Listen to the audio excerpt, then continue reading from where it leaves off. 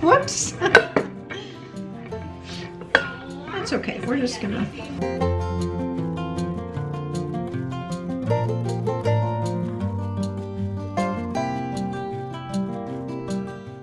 Well, good morning, everybody. I'm Jennifer, and this is A Country Life.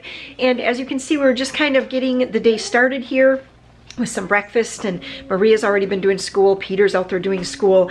And I was just getting something ready for supper here tonight. This is my pizza casserole. It's something I make quite often when we do spring cranberry vine planting, and really kind of whenever there's going to be like a large group of people over, I often find myself putting this together because it just seems to go over quite well. Today, I am taking a lot of liberty in making this because typically, as it's written in the cookbook, is how I like always make it. But today, I had some pork sausage that I had already seasoned up for pizza, and we did not end up making the homemade pizza. I had it in the freezer, the sausage. So I took that out and put it in the fridge last night. And then I also had a variety of cheeses. I have a little pepper jack in here. I have some Monterey Jack. I have some cheddar. There's a little Colby. There's mozzarella.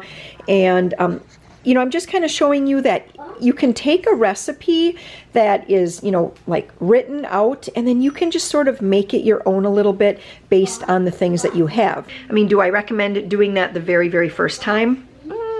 Just, I guess it depends on how often you've made something kind of similar to that, and if you know like your family's preferred flavors and things like that. But, so what I did this time, and then you probably saw, I went to dump the noodles in, and normally I layer this up, but the whole entire blob of noodles all came out at once, and I was gonna take them out, and I thought, why? Why? Just put all the sauce over the top, and it'll be just fine. I kind of tucked the sauce down a little bit around the noodles.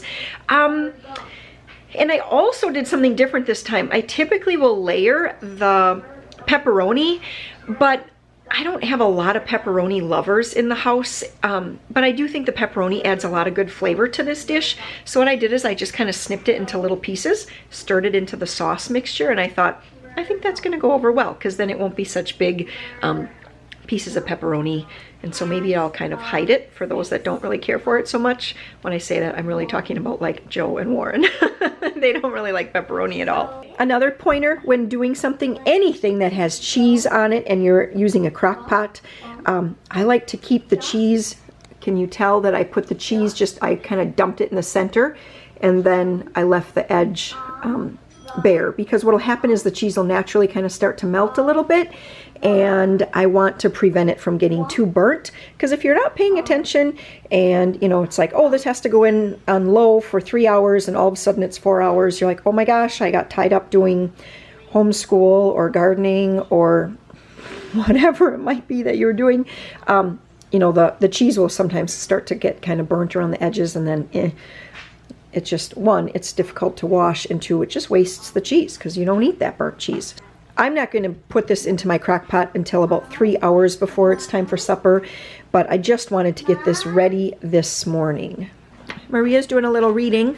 She's been asking a couple questions. What word right now? WHO. Do you remember? I told you before. Do you remember what it is? When you have a little, oftentimes little words, the O sounds like ooh. Woo. Who. Who. Who. I've gotten some questions about screen time and whatnot for our kids, and I think I've mentioned this before, that our kids do not have, well, I mean, Sam does, but Joe, Peter, and Maria, they do not have tablets or I want to get one. phones or anything like that. But I have found that this very simple little blocks game, I think it might be called Block Puzzle, I don't know. Anyway, if I give the kids that as like an incentive, for Peter and Maria, they love it so much that they will get their schoolwork done. I hate this commercial. You don't like the commercial? No. Did you get all your schoolwork done? Yeah. Yep, you did your reading program on the computer.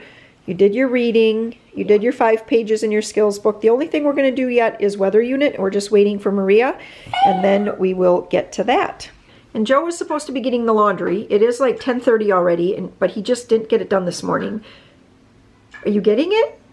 No, I was supposed to stop bickering. You don't want people to be bickering? Yeah. Huh. I don't think anybody's bickering right now, but you need to get the laundry. Maria, we're going to do weather unit shortly. Okay? Right after you sweep. You didn't sweep last night, did you? No. Yeah, so Maria, she sweeps after lunch, the kitchen, and then what do you do after supper? Sweet. The dining room. But she didn't get it done last night, so she's going to do that now. Joe is grabbing the laundry basket, which means that I can get laundry done here shortly. It's just like 11:45 now. We're actually eating pretty early. Warren, he is hauling, he's doing a hauling project and didn't want to come in at all for lunch today because he just wants to, you know, this is like the best part of the hauling day is this lunch hour. And sometimes when he comes in, then he's in a little longer than he would want to because the kids have a million things they want to show him, and then he ends up checking emails, and then there's emails he has to respond to. Anyway, Joe, here's your hot dog. So we are just kind of having some leftovers. I had just like a half a cup of chicken fried rice left over from last night's supper, so I'm eating that. I'm also having a half of a peanut butter and jelly. Maria's having rice. You need to eat that rice, honey, before it gets cold. What? Joe had some leftover pepper steak, but I served it over rice thinking that maybe if the rice was kind of covered in like the gravy, that he might eat the rice, but no dice. So he ate the meat, and now he wanted a hot dog, so I'm doing that. Peter, what did you have for lunch, Peter? Oh yeah, Peter had a peanut butter and jelly sandwich as well.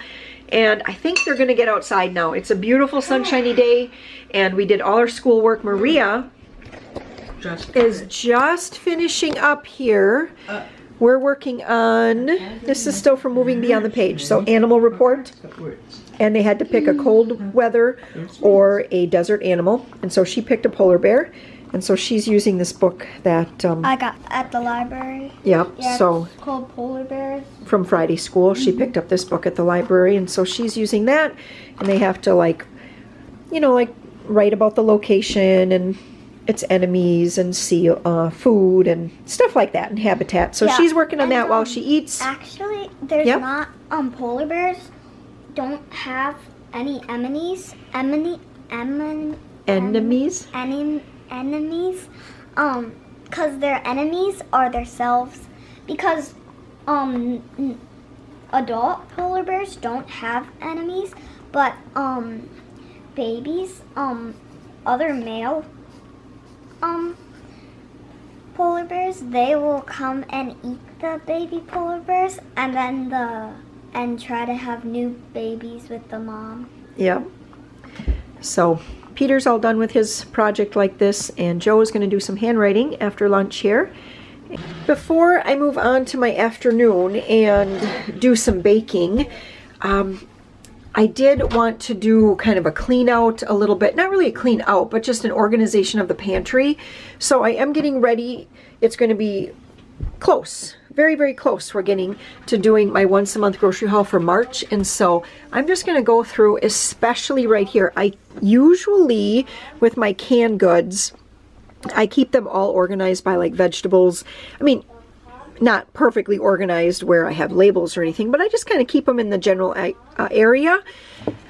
But I kind of collected a lot of canned goods over the last probably 4 or 5 months, just making sure that I always was at a point where I wasn't running out. I mean, you all are very aware of what things were like at the grocery store, and so I just kind of, over the last number of months, I've just kind of never let my canned good supply dwindle. And so anyway, it's been a little hard to find what I'm looking for because they're all, I mean, I've got like evaporated milk here next to, you know, cream of chicken soup and whatever. So I just kind of want to go through everything, get this kind of all organized back to how I normally like to have it. And then it'll be a lot easier to make my meal plan for the month, as well as know what to buy at the grocery store. Okay, that didn't take too long at all. And I don't really think it looks a whole lot different than before, but what I did is I just kind of inventoried everything, because like I said, I had, or have, so many canned goods.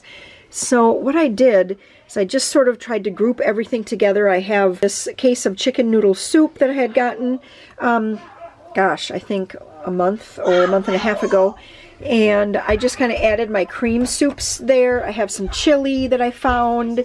I use this canned chili for when we're doing chili dogs. So I can see that that would be a great meal to have a couple times this next month. The kids are getting ready to go outside. And then I have a whole lot of like tomato products back in there, just diced tomatoes. And then I also have a lot of beans, a whole lot of green beans, some other veggies. Anyway, just grouped everything, and then I had my list here, and like I needed garbanzo beans, and I was out of butter beans, and I pretty much need all kinds of pasta, well, except for lasagna, I have that. I need all 3 types of sugar, and I just felt like I need chocolate chips, paper towel, baking powder. I just wrote down the things that I realized that I was low on, that I hadn't already noted on my grocery list. So we do, oh boy. So one of the things that we really have to do is eat through the cereal. I have just a smidge of that, a little more than a smidge of that, a smidge, a little more than a smidge, and less than a smidge. So I'm going to have to get the kids eating those. Hey, me. Mom, Hey, you. What, honey? you help me. Okay. All right. I'm getting back in here because Joe, what's the problem? Is it stuck? Yeah. It is stuck. Okay, I'm going to need 2 hands for that. And then Peter needs help getting his socks on. So here we go. We'll be back. Oh, awesome. You got it. Nice job. What's going on, Maria? Nothing. You're just laying there waiting to go outside? I'm waiting for the boys. Oh.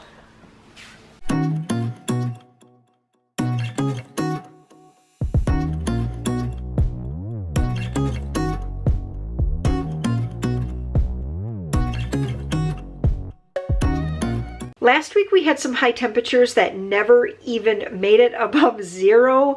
Like there were some days where -7 or maybe even colder. I lose track because it was cold.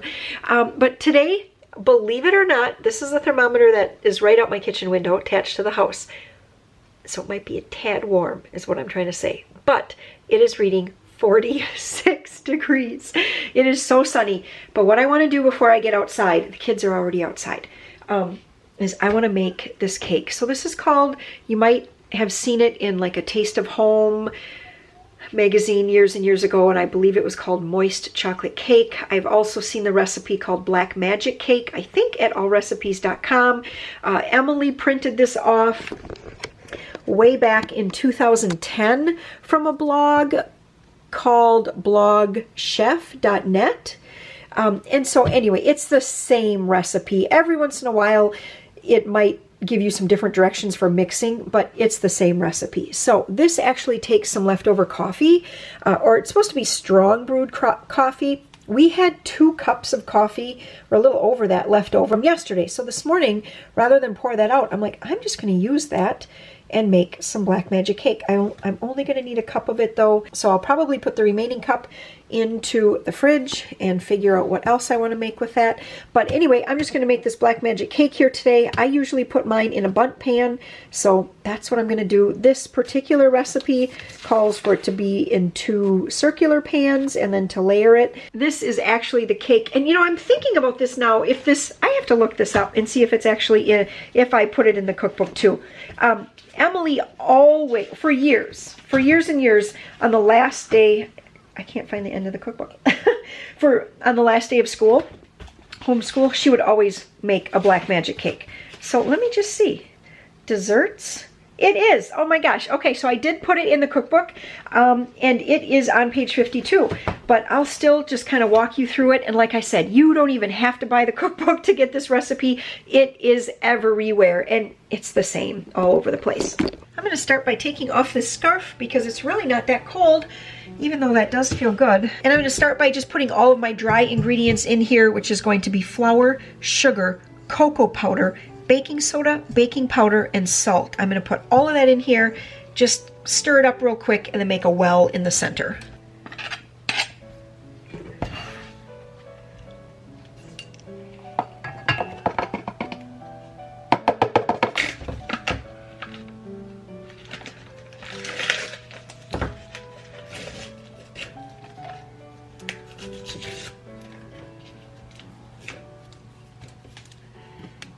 Okay, so 3/4 of a cup. I'm just using my 1 cup measuring cup here so I don't dirty more dishes, and I just eyeball the 3/4 cup. I need 2 teaspoons of baking soda. I'm just going to use my same 2 teaspoon and eyeball it. I need 1 teaspoon of baking powder, and again I'm going to eyeball it in using my 2 teaspoon one here. And I need 1 teaspoon of salt. I'm going to give this a mix. I'm going to plug it in. Now we're going to give it a mix. I'm going to make a little, if I can, make kind of a little well, and then I will pour all of my liquid ingredients right in there. So I'm going to crack in 2 eggs, 1 cup of coffee. It does always call for strong brewed coffee. Sometimes if I'm thinking ahead, what I will do is brew up some coffee and then I will use that water. I will put it back through with some more grounds to, you know, kind of make it a little stronger brewed. I just don't have that today. It doesn't make a difference, quite honestly, guys. I've done it both ways and it always turns out just fine. I do need a cup of buttermilk, so you can always make your own buttermilk or at least sour milk by putting in a tablespoon or 2 of vinegar or lemon juice, filling it up with milk. Let it sit for just a minute and you'll start to see it. Let me see if I can show it to you. As it kind of sits, it will kind of start to curdle a little bit. I usually just let it sit for about 30 seconds or so and then dump it in. Oh yeah, it got all chunky. I'm going to put in a 1/2 cup of oil, and last a teaspoon of vanilla. I'm going to mix this slowly just until it's moistened. And now I'm going to turn it on for 2 minutes on medium speed. I'm going to do a good scrape of the edges here, and then if I need to, I'll just mix it for about another 30 seconds or so. I don't think it needs to be mixed anymore.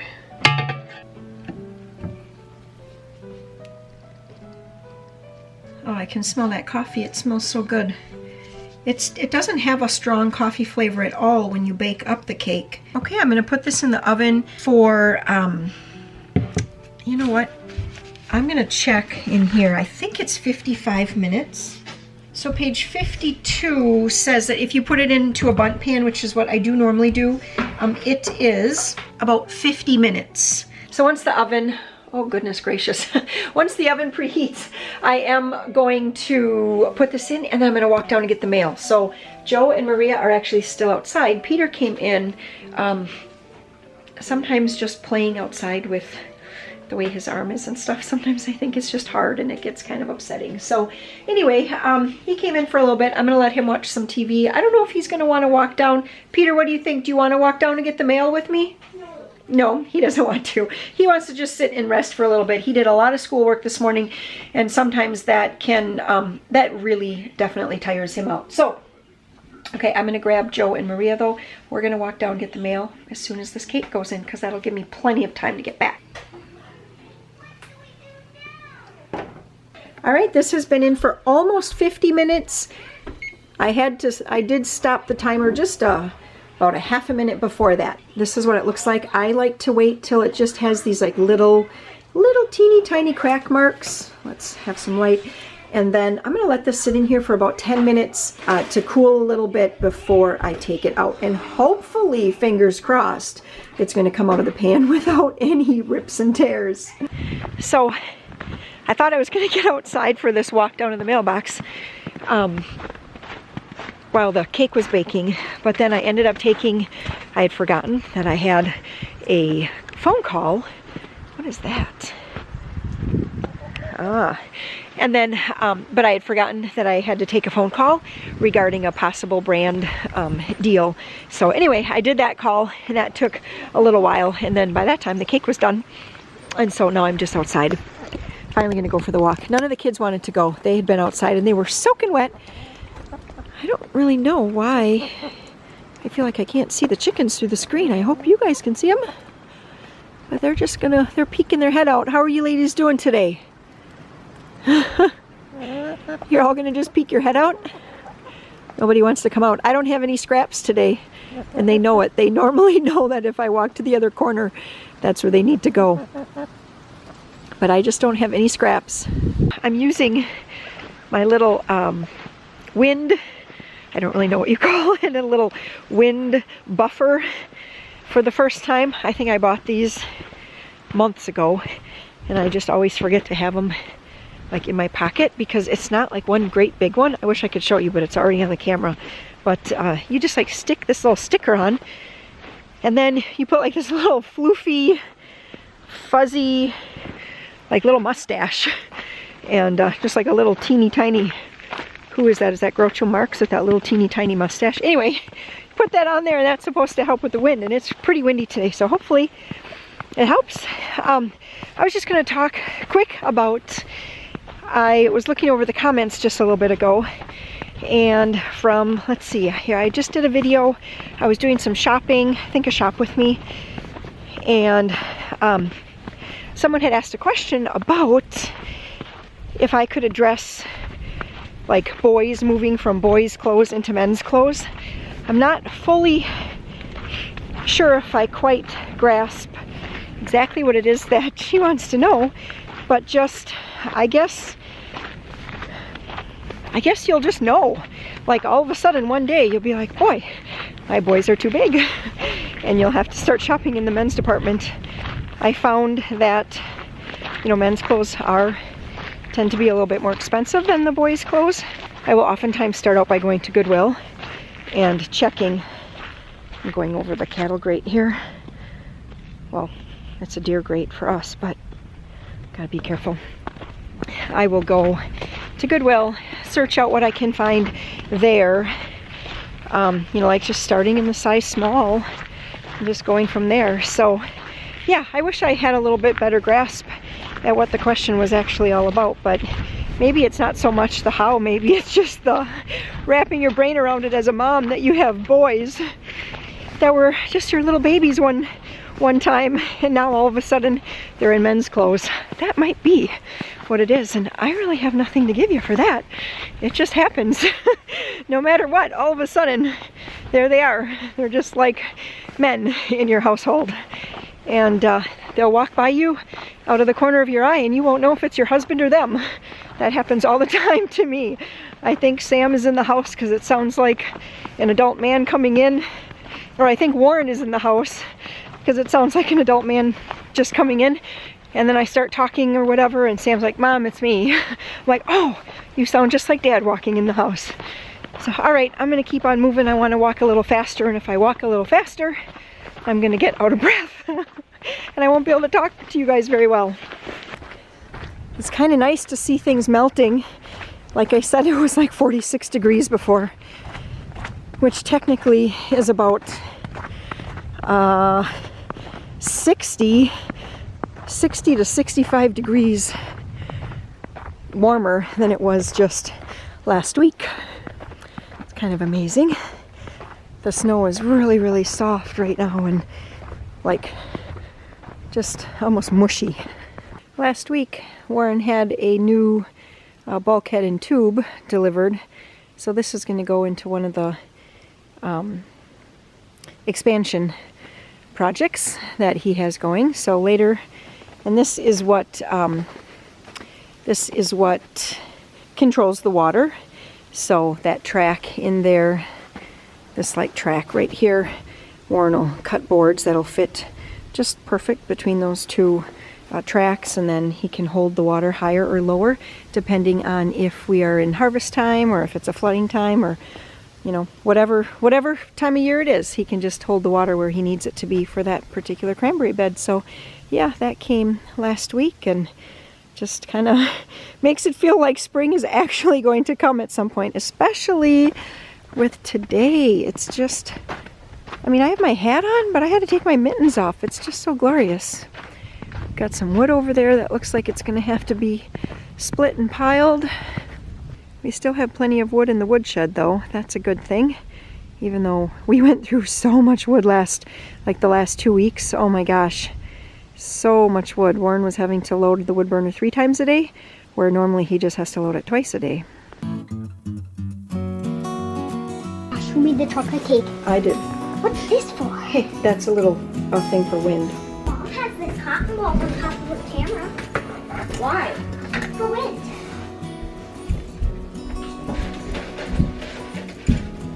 Why for wind? Woo! Yes. So, all right, here is the finished cake. You're gonna crunch there. Peter's eating some chips. I want you guys to put those chips away because then we have to go to the P.O. box. So, I actually let this be in for a long time, probably almost a half an hour. And I'm amazed, it came out perfectly. So I'm gonna make a little frosting later that I'm just gonna have drizzle over top. But first we have to go to the P.O. box. It is 2:21 right now, and our P.O. box, or our post office, to get inside is only open until 4 o'clock. So I wanna get over there and ship off a whole bunch of cookbooks. Okay, I'm not gonna show addresses here, but I just wanna say, if you are Sheila in Philadelphia, your cookbook is coming. Sue in Kentucky. What else do we have down here?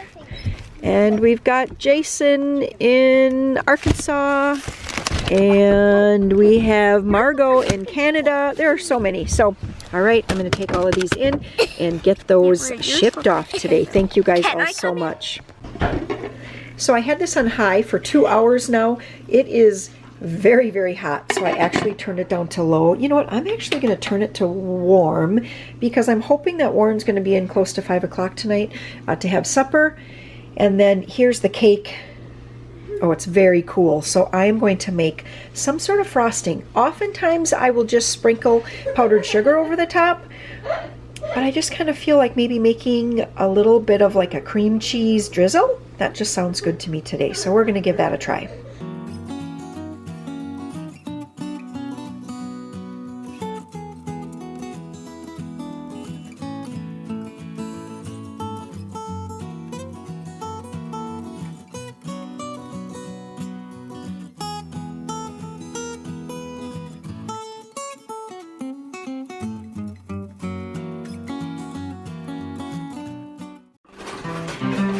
Sam brought his guitar out. He doesn't know I'm going to film him, though.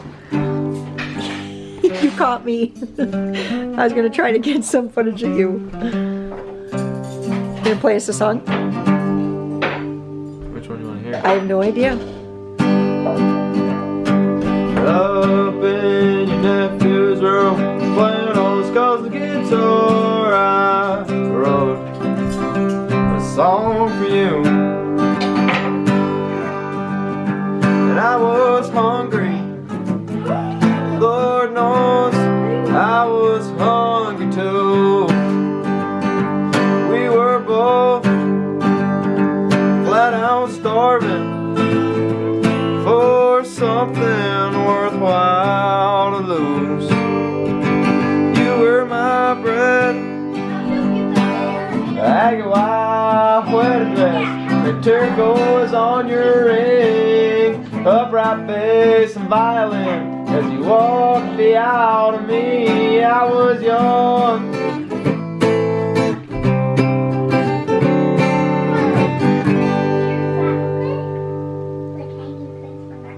It's awesome. Come on, let's go! Woo-hoo!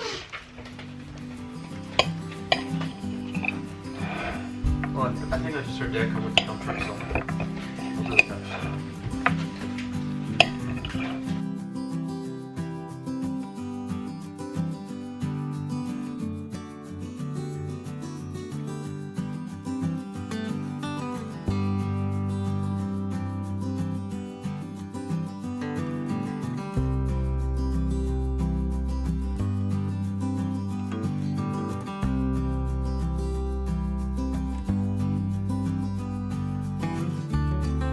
So I know that last year I had talked to you guys a little bit about like health insurance and everything, and we were searching out and just trying to figure out what we were going to do with health insurance, because we were one of the families that completely got, I don't know, what's the word? We're not going to say the word, but we got really, really messed over by the whole Obamacare, that whole thing. Anyway, so we went with Solidarity Health Share, which is not an insurance, but it is a health share. And this is our first claim. Peter's broken arm is our first claim. And so it's just kind of interesting how it all works. What Solidarity Health Share kind of wants you to do is to negotiate a cash price with the provider and then pay for it, and then Solidarity reimburses you. Otherwise, they have another option where they will do the they're like negotiating for the price, and then they will pay for it. So anyway, we're just navigating this whole thing, and this is our first time with this. So I just kind of wanted to share with you guys that that's what we're doing. If any of you have already used this and you have, if you have any comments or anything, I'd love to hear it over on the community tab. I'd really appreciate it, because like I said, this is our first time. So we're just going through some bills right now and scanning it in, because you got to scan it in, and just doing all that kind of stuff. So, all right, here we go.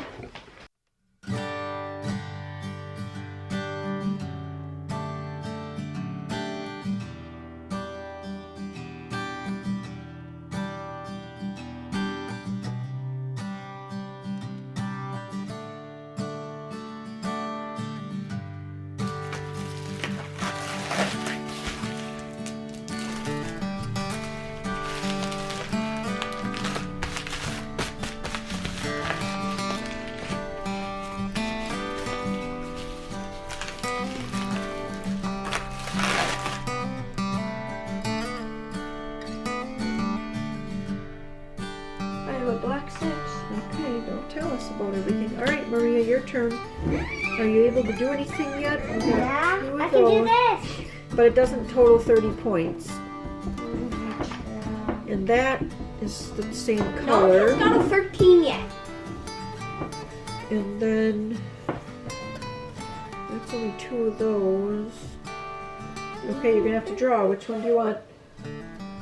Which one? Which one? That one?